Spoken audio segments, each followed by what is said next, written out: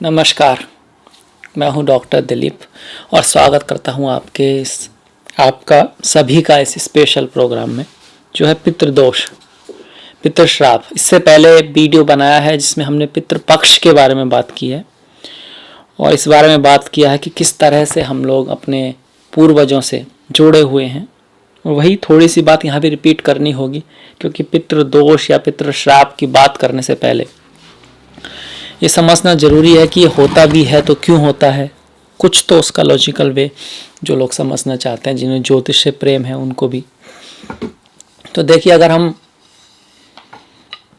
अपनी पुराणों में देखते हैं, उपनिषद में देखते हैं, कई सारी ऐसी कहानियां हैं, स्टोरियां हैं और कई सारे ऐसे सत्य हैं जो जिनके बारे में बात की गई है। जैसे गंगा का सत्य कि भागीरथ जो थे वो गंगा को लाए थे, तो सिर्फ भागीरथ ने प्रार्थना नहीं की थी, सिर्फ भागीरथ जी ने तपस्या नहीं की थी, उनके कई पूर्वजों ने तपस्या की थी।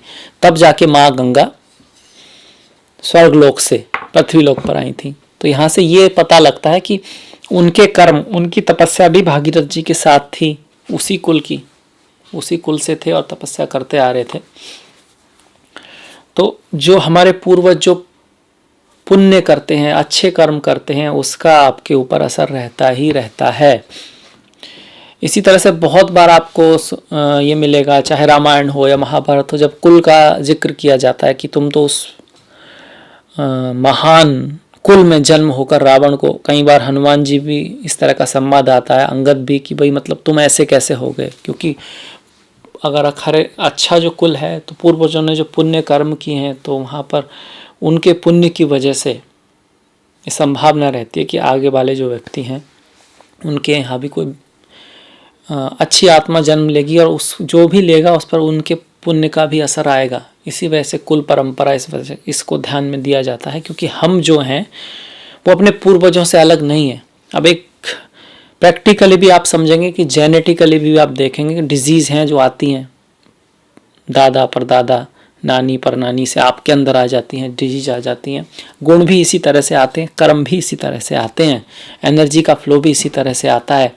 प्रकृति में भी देखिएगा आप कि जैसे एक सेब का पेड़ है, उससे जो पेड़ जमे वो आप ये भी कह सकते हैं कि नए सेब के पेड़ हैं, पर वो कहीं होते नहीं। अगर वो पेड़ नहीं होता, वो उन्हीं का ही दूसरा रूप है, वो उन्हीं का ही प्रोलॉन्गेशन है।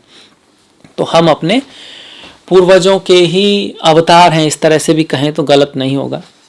ज्योतिष में भी अगर देखेंगे आप, प्रथम भाव, पंचम भाव और नवम भाव। प्रथम भाव जो है आपका है, पंचम पुत्रों का है, और नवम जो है पुत्रों का मतलब संतान से है, यहाँ पर नवम का मतलब पिता से है। पर वास्तव में इसका मतलब, नवम का मतलब है भूत, कुल जो बीत चुका है। पंचम भविष्य जो आने वाला है। कुछ लोग ये भी देखते हैं कि अगला जन्म या अगले जन्म के बाद कहाँ क्या, ये सब पंचम से देखते हैं। और ये जो नवम है उससे बहुत सारे लोग देखते हैं कि जन्म से पहले व्यक्ति का कहाँ से आया है, किस लोक से आया है, इसके बारे में जानकारी मिलती है। और ये जो है प्रथम जो है वर्तमान। तो वर्तमान, भूत और भविष्य एक दूसरे से जुड़े हुए ही नहीं है, एक तरह से एक ही हैं इन द सेंस जुड़े हुए हैं। इसीलिए जो पितृ श्राप है या पितृ दोष है उसका संबंध हमारे पास्ट से है, भूत से है। क्योंकि जन्म के समय तो कुंडली आई गई, पर यह बात जरूर है कि फिलहाल जन्म में भी अगर आप अपने पिता का आदर नहीं करते हैं, माता का नहीं करते हैं, गुरु का नहीं करते हैं, तो ये जरूर किसी ना किसी पहले जन्म के किसी अच्छे कर्म का तो नतीजा नहीं है। और आज भी अगर आप अपने माता पिता की सेवा करते हैं, गुरुजनों का करते हैं, तो आपकी कुंडली में अगर कोई पितृदोष, पितृश्राप इस तरह का कुछ है भी, तो वो धीरे धीरे कम होता जाएगा। आपके अच्छे कर्म जिस तरह से बढ़ेंगे, पुराने कर्मों के कारण जो आपके ऊपर दुष्प्रभाव आ रहा है वो धीरे धीरे कम होगा ही होगा। जितने पुण्य बढ़ते जाएंगे उतना जो पाप है, जो किसी कारण भले ही आपने ना किया हो सकता है आपने 3 जन्म पहले किया हो और आप आज पैदा हुए हैं, तो उसका इफेक्ट आपके ऊपर आ रहा है, पर वो भी धीरे धीरे कम होगा अगर आप पुण्य की तरफ बढ़ेंगे। फिर एक बात और है,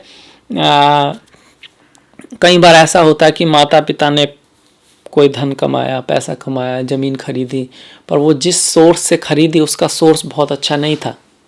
बहुत ईमानदारी से नहीं था, या किसी की ज़मीन अब आप उसका यूज कर रहे हैं, आप उस धन का यूज कर रहे हैं, पर आपको तो पता नहीं है, आपकी कोई गलती नहीं है, पर उन्होंने जो, तो उसका भी आपको, वो भी एक क्रिएट होता है कुंडली में, एक श्राप क्रिएट होता है। तीसरा ये है कि कई बार व्यक्ति, जैसे उसका जो वो डिजायर्स रहती हैं, बहुत ही स्ट्रॉन्ग डिजायर्स रहती हैं, हालांकि व्यक्ति जा चुका है पर उसका अभी भी अटैचमेंट है उससे जो वो छोड़ के गया, उस जमीन से, उस पैसे से, उस धन से। और ऐसे में अगर आप उसका श्राद्ध, जल तर्पण वो भी नहीं कर रहे हैं, तो उस केस में चीज़ें प्रॉब्लम में आने लगती हैं। इसके अलावा पूर्व जन्म में किए गए कर्म, कोई भी कर्म, उनसे भी पितृदोष बनता है। यहाँ पर दो तरह के पितृदोष हैं। एक पितृदोष बनता है या प्रतिश्राप बनता है कि आपने अपने पितरों का शांति नहीं कराई, किसी की अचानक मृत्यु हो गई, उन्होंने कोई जघन्य अपराध किया, ऐसा नहीं कि उनकी भलाई आपने की, पर उन्होंने कुछ किया, ऐसा किया जो आपको पता नहीं है, किसी को पता नहीं है, उनके थ्रू कुछ ऐसा कार्य हुआ, तो उसका जो वो तो उसका जो रिजल्ट आएगा उनके कुल पर आएगा, आप पर आएगा, आपके बच्चों पर आएगा, उनके कुल पर आएगा। अब ये नहीं कि वो हमेशा ही रहेगा, वो कुछ जनरेशन चलेगा। अगर आपके कार्य अच्छे हैं, पुण्य अच्छे हैं, तो फिर वो, इसी वजह से आपने सुना होगा कि लक्ष्मी हो, पैसा हो, धन हो, बदलता रहता है, क्योंकि कर्म बदलते रहते हैं इस तरह से। इसीलिए श्राद्ध भी होता है, 3 पीढ़ी का किया जाता है। पितृपक्ष, ये जो पूजाएं वगैरह भी अक्सर 3 पीढ़ी तक की जाती हैं। कई बार कोई बुराना भी होता है, कई बार कुछ ऐसा हुआ जैसे आपके परिवार में किसी ने कभी किसी स्त्री के साथ कुछ बुरा किया, तो उससे शुक्र से संबंधित प्रॉब्लम आएगी, शादी से संबंधित प्रॉब्लम आएगी, उसमें 7th हाउस और वीनस का प्रॉब्लम आ जाएगा। अगर शुक्र का वजह से 5th हाउस, पंचम हाउस, पुत्र के हाउस का संबंध है, मतलब कि उस स्त्री की श्राप की वजह से आपको पुत्र या पुत्री प्राप्त नहीं हो रही है। अगर 3य भाव है और मंगल का कुछ संबंध है और उनका कनेक्शन हो रहा है, और वो या तो शादी के भाव को कनेक्ट कर रहे हैं, शादी होने में प्रॉब्लम दे रहे हैं, या फिर आपको संतान होने में प्रॉब्लम दे रहे हैं, तो इसको ये भी पितृश्राप ही है। पर ये किसकी वजह से आया? भाई के साथ आपने मंगल से आया, या तो आप कुछ बुरा किया, या उसका पैसा मार लिया, या जमीन नहीं दी, या कुछ इस तरह का कुछ हुआ कभी, तो वो मंगल से दिखाई देगा, तो ये भी एक पितृश्राप हुआ।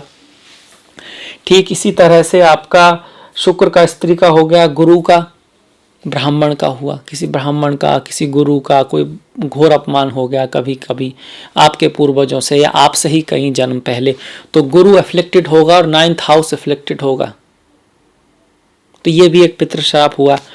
और दूसरा जो आया पूर्वजों वाला, जो आपका वो होता है चंद्रमा और सूर्य, चंद्रमा के साथ राहु, सूर्य के साथ राहु, या फिर चंद्रमा के साथ राहु पर चंद्रमा पर शनि की दृष्टि, तो ये मात्र श्राप बोल दिया, पर वो हैं सब पितृश्राप के ही टाइप। सूर्य के साथ राहु और नवम भाव पर या पंचम भाव पर शनि की दृष्टि, या नवम भाव में शनि, तो ये फिर से पितृश्राप हो गया। अब ये जो श्राप जो होता है वो अगर प्रथम भाव में बनता है, पंचम में बनता है, अष्टम में बनता है, तो काफी विनाशकारी होता है। आपकी कुंडली में वो है या नहीं है, ये तो ज्योतिषी देख के बताएगा। कई बार उसके ज्यादा परिणाम मिलते भी नहीं है, इसको अनजाना भी कहा गया है कि कुंडली तो ठीक है पर कुछ हो नहीं रहा है, तो ऐसे में जमीन में दोष हो सकता है, पितृदोष हो सकता है।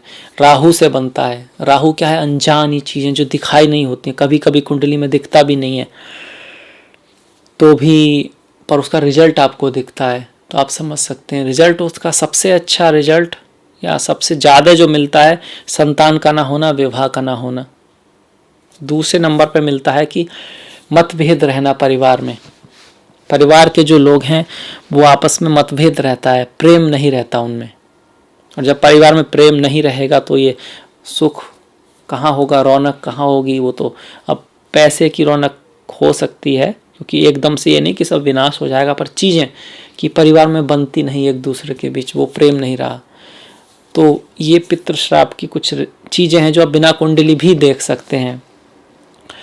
चीज़ों का रिपीट होना, जैसे कि घर में कोई नुकसान हो गया, आग लग गई बाय चांस, कभी भी लग सकती है किसी के यहाँ, एक आध बार कुछ लग, वो फिर से 2 साल बाद लग गई, फिर 2 साल बाद लग गई, समझ में नहीं आ रहा क्यों रिपीट हो रही है। चोरी हो गई किसी के यहाँ, एक बार हो गई चलो ठीक है, 3 साल बाद फिर हो गई, 5 साल बाद फिर हो गई, चीज़ें रिपीट हो रही हैं। तो ये भी एक पितृदोष का पार्ट है। क्या किया जा सकता है ऐसे में, क्या करा जा सकता है, डिपेंडिंग अपॉन किस तरह का पितृदोष है, डिपेंडिंग अपॉन प्रॉब्लम कहाँ है, उसी तरह का ट्रीटमेंट की तरफ हम जा सकते हैं। जैसे कि अगर आपका पितृदोष सूर्य से, चंद्र से, राहु से, इन सब से कनेक्टेड है, तो उसमें यह आइडिया लगाया जाता है कि भाई किसी कारण से पितरों की प्रॉब्लम है, एंसेस्टर्स, या तो उनसे कोई पाप हुआ है या उनकी कोई पूरी तरह से उनका मृत्यु के बाद ढंग से पूजा नहीं हुई है, तो उसमें क्या होता है, वही श्राद्ध कराया जाता है, त्रिपिंडी श्राद्ध कराया जाता है, ये सब चीज़ें की जाती हैं जो आपको ब्राह्मण जी, पंडित जी कराते हैं, आप खुद भी कर सकते हैं। दूसरा होता है कि किसी स्त्री के साथ कुछ बुरा हुआ है, तो शुक्र से संबंधित प्रॉब्लम आ रही है। मंगल अगर एफ्लेक्टेड है, तीसरा भाव है, तो मंगल की शांति, मंगल के हिसाब से आपके उसी के अकॉर्डिंग चीज़ें होंगी। और जैसे कि मंगल के लिए वही बजरंगबली का आप पूजा करते हैं, शुक्र के लिए माता लक्ष्मी की पूजा होती है, शुक्र के लिए गाय को चारा खिलाया जाता है, मंगल के लिए मीठे का दान होता है, तो उसके अकॉर्डिंग होगा। इसी के अलावा एक होता है पितृदोष, पितृश्राप, जो गुरु के घरों से रिलेटेड है। दूसरा, 5वां, 9वां और 11वां भाव, कुछ लोग उसमें 12वां भी इंक्लूड करते हैं। इन भावों में अगर गुरु के शत्रु, मतलब कि राहु केतु, मेनली राहु, बुध, शुक्र, शनि, ये सब आते हैं, बुध, शुक्र, शनि ये सब आते हैं। केतु को भी रखते हैं, कई बार कुछ लोग केतु को नहीं रखते हैं, क्योंकि केतु फिर भी गुरु के साथ इतना प्रॉब्लम क्रिएट नहीं करता, पर केतु के साथ गुरु हैं और उस पर शनि की दृष्टि आ रही है, राहु की दृष्टि तो रहेगी, तो फिर ये एक तरह का गुरु से संबंधित श्राप आ गया, गुरु के घरों से संबंधित श्राप आ गया। इसमें गुरु की पूजा की जाती है, गुरु की पूजा की जाती है। कई तरह की पूजाएं हैं, जैसे कि हवन करना, ओम ग्राम ग्रीम गुरोम शाह गुरुवे नमः, जो हवन किया जाता है गुरु के लिए, इस मंत्र का जाप करना, ये है। कुछ लोग बोलते हैं आप पीपल के ऊपर जल चढ़ाना, कुछ लोग बोलते हैं कि आप जैसे ही निकलते हैं घर से, खास करके इस श्राद्ध के समय में, और बाईं हाथ की तरफ जो पीपल है उसको आप जल चढ़ाएं। कुछ बताएंगे आपको, वहाँ जाकर आप दीपक चढ़ाएं। पीपल को क्यों? क्योंकि पीपल को बोला जाता है कि उस पर जो है देवताओं का भी वास होता है और पितरों का भी वास होता है, देवताओं का भी वास होता है और पितरों का भी वास होता है, इस तरह को कहा गया है। और भगवान कृष्ण ने गीता में कहा कि मैं स्वयं पीपल हूँ, मतलब एक उसको एक ये तरह का विशेष स्थान दिया गया है। तो पीपल का आपको कुछ लोग परिक्रमा बताएंगे, परिक्रमा कीजिए, 7 परिक्रमा कीजिए। और गीता का पाठ, गीता में भी गीता का जो 7वां अध्याय है उसका पाठ कीजिए, जितनी बार कर सकते हैं। ये सब चीज़ें हैं। तो डिपेंडिंग अपॉन किस तरह का श्राप है, किस तरह का दोष है, कई तरह की पूजाएं हैं, कई तरह की मान्यताएं हैं। कुछ लोग आपको बताएंगे कि ये रेमेडी, जैसे ओम पितृदेवाय नमः, ओम सर्व पितृदेवाय नमः, इन मंत्रों का जाप किया जाए और पितरों की शांति कराई जाए, वो भी है, वो भी है। वो जब है जब सूर्य और चंद्र एफ्लिक्टेड हैं, सूर्य से 9वां भाव और चंद्रमा से 4था भाव एफ्लिक्टेड है, तो ये ज़्यादा कारगर है। स्त्रियों के लिए है, अगर स्त्री वाला भाव मतलब कि 7वां भाव बहुत ज़्यादा एफ्लिक्टेड है, शुक्र भी एफ्लिक्टेड है, तो फिर माता लक्ष्मी की पूजा, स्त्रियों के लिए कुछ करना, गाय के लिए गाय की सेवा करना, वो उसमें आ जाता है आपका। मंगल वाला है तो हनुमान जी, मीठे का दान, आपके जो भाई हैं उनके साथ बड़ा अच्छा रिलेशन रखना, उनके लिए कुछ करना, तो मंगल के लिए आ जाएगा। तो जिस तरह का पितृदोष है उस तरह की चीज़ें होती हैं। आपके यहाँ किस तरह का है, तो ये तो आपको कुंडली देखना आना चाहिए कि आप देख सकें दूसरे 5वें, 9वें, 12वें भाव में गुरु के शत्रु हैं और गुरु अच्छी पोजीशन में नहीं है, एफ्लिक्टेड हैं। या फिर आपको लक्षणों के अकॉर्डिंग आइडिया हो सकता है। लक्षणों के अकॉर्डिंग आप देख रहे हैं कि घर में भाई भाई के बीच में प्रेम नहीं है, घर में कुछ ऐसी चीज़ें हो रही हैं जो अजीब सी हैं, घर में एक तरह की रौनक नहीं है, मनहूसियत सी है। कुछ लोग बोलते हैं कि भाई उस घर में तो पौधे भी नहीं अच्छी तरह से उस उगते, आप पौधा लाएंगे तो वो भी तुलसी खास करके, मतलब बहुत ज़्यादा डेवलप नहीं होते हैं। जीव लोग होते हैं वो भी वहाँ पर बहुत ज़्यादा खुश नहीं रहते हैं। कबूतर को छोड़ के कहा जाता है कि जैसे आप कुत्ता लाएंगे, बिल्ली लाएंगे, या तो वो ज़्यादा लंबा नहीं जिएगी, ज़्यादा रहना नहीं चाहेगी उस घर में, वो ज़्यादा, इस तरह से ये सब देखा जाता है। और भी चीज़ें रिपीट होती हैं, अनजानी है, पुत्र की प्रॉब्लम बहुत आती है, विवाह की प्रॉब्लम बहुत आती है, शादी विवाह होने में बड़ी दिक्कत आती है। अच्छा, पितरों का जो संबंध है वो चंद्रमा से भी सीधा सीधा है, क्योंकि कहा गया है कि पितृ जो है, चंद्रमा की जो रोशनी है वो पितरों की वजह से है। तारे, एक तो ध्रुव लोक है, सूर्य है, और एक चंद्र है। चंद्रमा को पितरा से जोड़ा गया। जिन लोगों को चंद्र होरा में जन्म होता है उनको भी कहते हैं कि उन पर पितरों का प्रभाव है। नक्षत्रों में माघा नक्षत्र जो है वो पितरों से रिलेटेड है। माघा नक्षत्र आपका बहुत ज़्यादा इफ्लिक्टेड है, उसमें शनि आ गए, राहु आ गए, मतलब पाप ग्रहों से माघा नक्षत्र आपका अगर रिफ्लेक्टेड है तब भी आपके यहाँ पितरों का दोष है, पितृदोष है। मतलब पितरों से कुछ या तो गलती हुई है या फिर आपने पितरों के लिए वो नहीं किया जो आप करना चाहिए था, या आपने नहीं तो आपके दादाजी ने नहीं किया, किसी वजह से कुछ ऐसा कर्म है जो पीढ़ी दर पीढ़ी चला आ रहा है। जिस तरह भगवान कहिए, ऋषि कहिए, भगीरथ जी की तपस्या जो है पीढ़ी दर पीढ़ी चली आ रही थी और वो बढ़ता जा रहा था, वो पुण्य प्रभाव, और गंगा माता उतर कर आई। इसी तरह से अगर कोई पाप है वो बढ़ता जा रहा है और बढ़ता जा रहा है तो फिर वो कोई बड़ा प्रॉब्लम क्रिएट कर सकता है, तो वो आ जाता है पितृश्राप, पितृदोष। शांति है, उसका उपाय उसके अकॉर्डिंग है। गुरु का है तो गुरु के अकॉर्डिंग है, मंगल का है तो मंगल के अकॉर्डिंग है, शुक्र का तो शुक्र के अकॉर्डिंग है। अगर एक तरह से कहा जाए, जो कुंडली में जितने भी दोष हैं वो नई नई तरह के, अलग अलग तरह के पितृदोष हैं कह दिया जाए, तभी ये होता है। आप कहेंगे, कुछ लोग कहते हैं कि भाई कुछ भी हो, ज्योतिषी लोग ना ये पितृदोष बता देते हैं, वो उसको शॉर्ट में कर देते हैं, उसकी संभावनाएं अलग अलग हैं। कुछ लोग बोलते हैं भाई सूर्य और चंद्रमाला ये तो पितृदोष है, पर और कुछ लोग उसमें ये तो सूर्य वाला तो पितृदोष है, चंद्र वाला तो मातृदोष है, मंगल वाला तो भातृदोष है, और शुक्र वाला तो ये स्त्री दोष है, उसको अलग अलग कर देते हैं। पर इन द एंड तो बात तो एक ही है कि वो एक दोष है, वो आपके कभी कर्मों से आया है, पास्ट के कर्मों से आया है, और उसका कुछ आपको रेमेडी करनी है। उस रेमेडी में सबसे पहली रेमेडी दान है, अच्छा कर्म है, अच्छी भावना है। अगर स्त्रियों से संबंधित है तो स्त्रियों के प्रति आदर, सम्मान, अच्छी भावना, दूसरे की शादी में सहायता करना, उसके प्रति चाहना कि दूसरों की सबकी शादी हो जाए, उससे जलना नहीं कि आपकी नहीं हो रही है क्योंकि आपके और आप जल रहे हैं, तो आप उल्टा अपने दोष को बढ़ा रहे हैं। इसी तरह अगर आपका मंगल से संबंधित दोष है तो आपको जमीन नहीं मिलेगी, हो सकता है आपके माता पिता आपका हिस्से का आपके ही भाई को दे दें और भाई का भी रिलेशन आपसे अच्छा ना हो, पर उल्टा करना है आपको, इसके बावजूद भी उससे खुश रहना है, इसके बावजूद भी उसके लिए दुआ ही मांगनी है, उसके लिए कुछ बुरा नहीं करना है। तो जहाँ तक ज्योतिष है, जैसे भगवान राम ने किया था, अगर आप देखेंगे जब उनसे कहा गया था कि भैया अगले दिन तो आपको राज्य मिलने वाला था, वो भी पूरे इंडिया का, पूरे भारत वंश का, पूरे भारत का, और आपसे कहा कि भैया निकल जाओ 14 साल के लिए, कपड़े वपड़े छोड़ो, निकलो यहाँ से। तो उसके बाद भी राम ने क्या किया? राम ने चाहते तो कह सकते कि भाई मेरी क्या गलती है, मैंने क्या किया? भाई आपने वचन दिया, आपने वचन दिया, आप अपना वचन निभाओ, मेरी क्या गलती है? आपने वचन दिया, निभाओ, मेरे उससे कोई मतलब नहीं है, पर मेरा तो अधिकार है। ज्येष्ठ पुत्र थे, योग्य थे, सुयोग्य थे, पूरी प्रजा का सपोर्ट था, कह सकते थे। आजकल तो कोई भी यही करता। तो इतना उन्होंने कहा ठीक है, 14 साल के लिए जंगल गए, वापस आए। इसीलिए तो मर्यादा पुरुषोत्तम भगवान श्री राम कहलाए। तो ये वाली बातें हैं। कर्म के साथ फिर मंत्र है, पूजा है, कुछ चीज़ें हैं।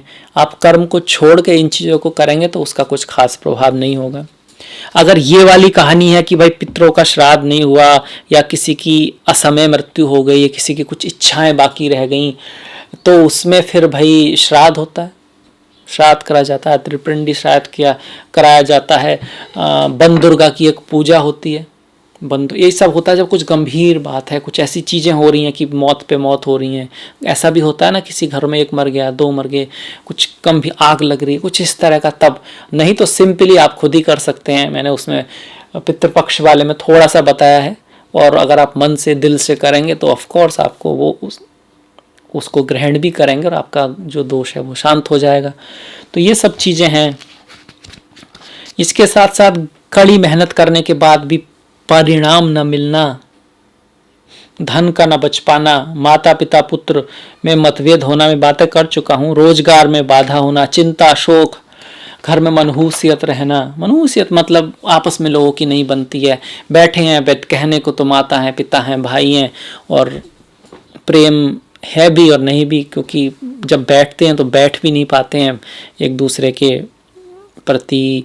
मन में भले भी प्रेम भी हो, पर बात करेंगे तो किसी न किसी बात को लेकर मतलब एंडिंग वहीं होती है कि कोई लड़ाई, कोई झगड़ा, कुछ हो जाता है इस तरह का। सोच एक दूसरे से इतनी नहीं मिलती, और सोच तो किसी की नहीं मिलती, पर उसके बाद भी इतनी अंडरस्टैंडिंग नहीं है कि भाई सोच तो सभी की अलग होती है, किसकी एक सी सोच है। अगर व्यक्ति है तो सोच अलग होगी, पर इससे आपके रिश्तों में जो अगर अंतर आ रहा है तो कहीं ना कहीं कोई तो नेगेटिव एनर्जी कह लीजिए, आप उसको श्राप नहीं कहना चाहते, नेगेटिव एनर्जी कह लीजिए, आप उसको कर्मों का फल कह लीजिए, आप उसको किसी भी तरह से वास्तु दोष कह लीजिए। क्योंकि अगर दोष है तो आप ऐसे घर में भी आएंगे, पॉसिबिलिटी बनती है कि ज़मीन में भी दोष आएगा।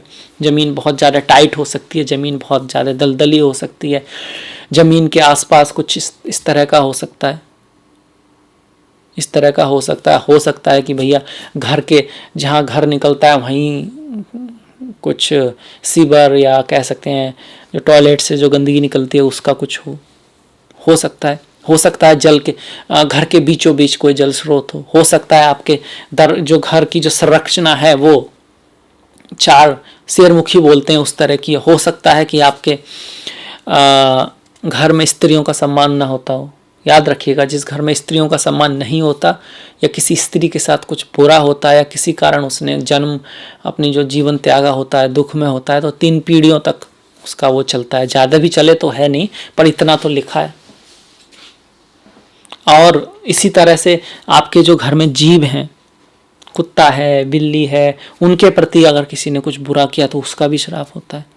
गाय माता के साथ अगर किसी ने बुरा किया है तो वो श्राप भी चलता है। और कुछ लोग तो बोलते हैं अक्षम्य है, मतलब आप ईश्वर ही माफ करे तो करे, कुछ पीढ़ियों तक तो उसका असर रहेगा ही रहेगा। तो ये इसको बोलते हैं पितृश्राप। कई बार अच्छी कुंडली में भी जब चीज़ें समझ में नहीं आती हैं तो उसका कारण ये होता है। इसी वजह से कहा गया है इसको अनजाना एक ऐसी चीज़। कुछ लोग कहते हैं मेरी कुंडली में तो देखिए ये राजयोग, वो राजयोग, ये राजयोग, इतने राजयोग हैं और इतने पंडितों के पास जा रहा हूँ और मुझे कह रहे हैं ये करो वो करो, कुछ हो नहीं रहा है। तो ऐसे में पितृश्राप होता है। उसमें अब प्रार्थना सबसे मेन इम्पोर्टेंट है, अच्छा कर्म सबसे इम्पोर्टेंट है, और फिर प्रभु की इच्छा है। उसमें कोई ज्योतिषी आपका कुछ नहीं कर सकता। आप उस पर पैसा वेस्ट करना चाहें करें, उनका काम है। आप आए हैं, वो काम करेगा, देखेगा, दिमाग लगाएगा, कुछ बताएगा आपको, तो आपका उससे अपना अच्छा ज्योतिषी है तो आपका पारिश्रमिक लेगा अपना, वो उसका हक है। वो इस तरह से आप डॉक्टर के पास पहुंच गए, आपको डिजीज़ है, अल्सरेटिव कोलाइटिस है, कौन डिजीज़ है, या फिर बहुत सारी ऐसी डिजीज जिसका कोई उपाय नहीं है, वो आपको फीस लेगा, उसके बाद तो बात करेगा, फिर बताएगा ऐसे ऐसे है। दूसरे के पास जाएंगे, वो भी आपसे फीस लेगा, बताएगा ऐसे ऐसे, हालांकि उनके पास कोई सॉल्यूशन नहीं है, पर वो लेगा, वो अपना पारिश्रमिक लेगा। तो ये सब चीज़ें हैं। अब कितना गंभीर है क्या है, ये सिर्फ कुंडली को देखकर ही पता लगता है। और एक बार पता लग जाए तो फिर जो उपाय है उसको करते रहिए। प्रार्थना है, अच्छा कर्म करते रहिए, और कभी तो ईश्वर को ये होगा कि हाँ भाई बंदा हम तो उसके बच्चे ही हैं, इतना मतलब लगन से लगा हुआ है, अच्छे कर्म भी कर रहा है, मेरा ध्यान भी कर रहा है और दूसरों की सहायता भी कर रहा है, तो उसकी कृपा कब हो जाए कुछ पता नहीं। और जब उसकी कृपा होगी तो ऑफकोर्स सारे दोष, सारे कष्ट, सब कुछ मिट जाएगा, सब कुछ सही हो जाएगा, सब कुछ अच्छा हो जाएगा, इसमें भी कोई शक नहीं है। तो ये था मेरा छोटा सा पितृदोष और पितृश्राप के बारे में। मुझे आशा है आपको अच्छा लगा होगा, पसंद आया होगा, तो प्लीज़ लाइक कीजिएगा, शेयर कीजिएगा, और मैंने जो घंटी वाला जो बटन है उसको मत दबाना मत भूलिएगा। और डिस्क्रिप्शन में लिंक दिया है फेसबुक का, इंस्टाग्राम का, ट्विटर का, तो आप प्लीज़ फॉलो कीजिएगा, प्लीज़ लाइक कीजिएगा। मिलेंगे नेक्स्ट वीडियो में, तब तक के लिए नमस्कार।